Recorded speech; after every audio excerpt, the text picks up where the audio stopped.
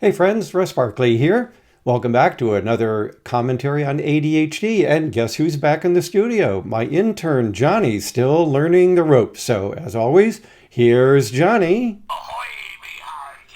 Getting ready for next month's National Talk Like a Pirate Day.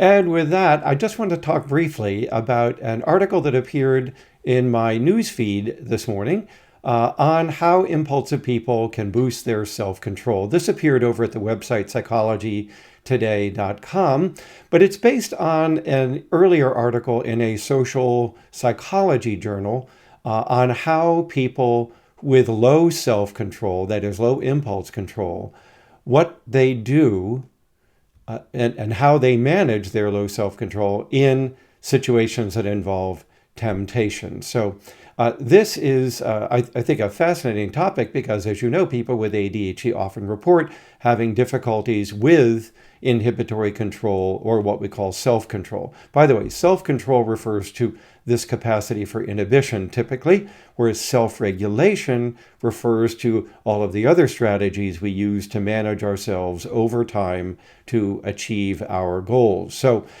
here we're going to just look at what people are doing to manage inhibition.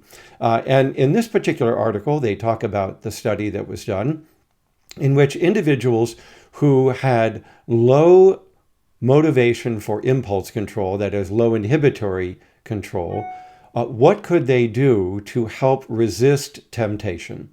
And what the article discusses and what the research paper found is that one way to help with problems with inhibition is to devalue the tempting stimulus. So let's suppose that there's something that you'd like to eat, a donut or a cookie or something, and this is one of your passion foods that you just have to have. What they talk about doing is cognitively reappraising the value of this stimulus and devaluing it in some way, finding out something that's wrong with it and discussing that with yourself in order to reduce the temptation. So that's kind of neat, this idea of reappraising stimuli by devaluing them as one means of helping with resisting temptation when faced with a temptation situation. However, there are other things that individuals can do as well. By the way, I just want to highlight the paper that they're talking about at this trade media website actually is this article from the journal Personality and Social Psychology Bulletin on devaluation of attractive alternatives. Here they were looking at, in this study, whether or not if you're committed to a long-term relationship and they showed you a picture of someone very attractive, whether or not you could resist the temptation to value this tempting stimulus. And what they found is that people with low inhibition were likely to try to devalue the attractiveness of the other individual in order to maintain their current relationship. So that's where this comes from. But it's a good general strategy. It doesn't just apply to dating or other relationships. So have a look back at Psychology Today if you want to read more about that particular article. But I also want to talk with you about the fact that there are other things that you can do as well for managing and self-regulating this problem with impulse control. You know, our powers of inhibition develop very early in our development, such that by the ages of around 16 to 20 years of age or earlier, we've pretty much maxed out our development of our direct inhibitory control, our ability to inhibit responding to an impulse. From that point on, the further developments in self-regulation typically involve ways of reorganizing our environment or reappraising that environment. So we don't get any further inhibitory control, but there are ways that we can kind of trick ourselves into not being so impulsive by the way we organize environments and the way we appraise them. So to help you understand that, I'm going to bring up this quick PowerPoint slide that I developed for my lectures on emotion. And although it's talking about emotional responses here, this applies to any impulsive response, not just emotion. So Typically, we can break the processing of a stimulus and its response by individuals into these 5 steps. This is based on Gross's modal model of emotion and attention. And so we've got the selection of the environment. We choose to enter into a situation. We are now in that situation. We are attending to aspects of that situation. And then we are appraising the things that we're attending to for their motivational value, for fight or flight, for their interest or attraction, their reward value. But there's a cognitive appraisal that's rapidly occurring here.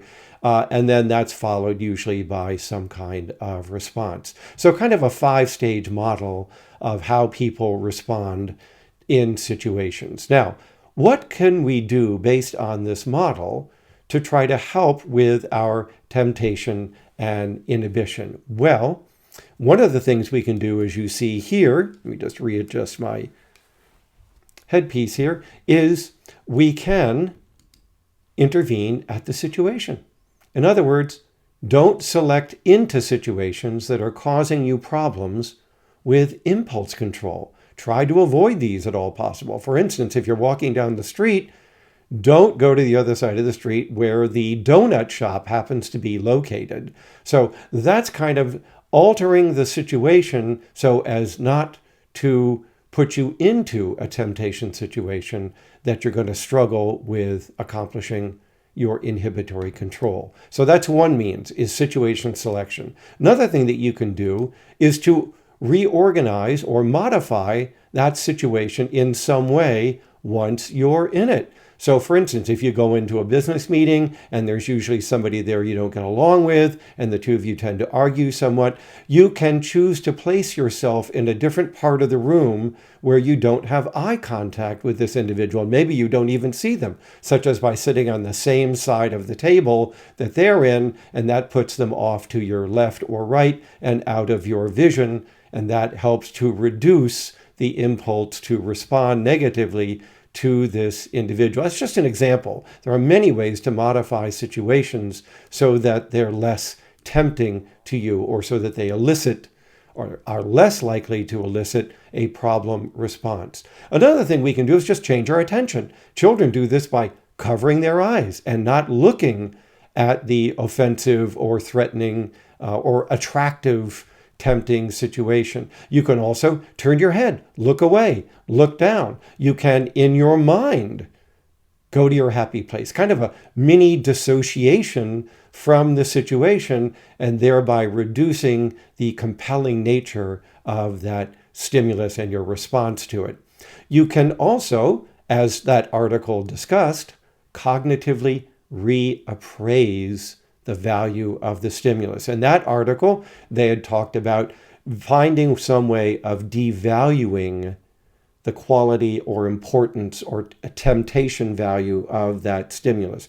But there are various ways of reappraising situations. In fact, that is the basis of virtually all cognitive behavior therapy, as it's traditionally done, is getting people to cognitively redefine and reappraise situations, events, stimuli that are very upsetting or stressful or emotionally provocative for them. Lastly, and least effective, is suppressing the response.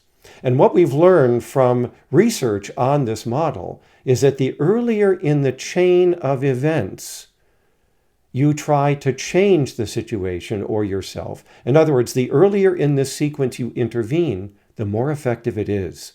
The later in the situation you wait to change the situation or your response, such as waiting to simply inhibit the temptation when you're faced with temptation, the less likely that is to succeed. But here are 5 different vectors or pathways through which we can change our impulse control and self-regulation in order to be more effective at managing our behavior over time. So, well, I hope you learned something from this short video, as well as saying hi to Johnny over here, getting ready for next month's National Talk Like a Pirate Day. And thanks for watching, everybody. As always, live well and be well. Take care.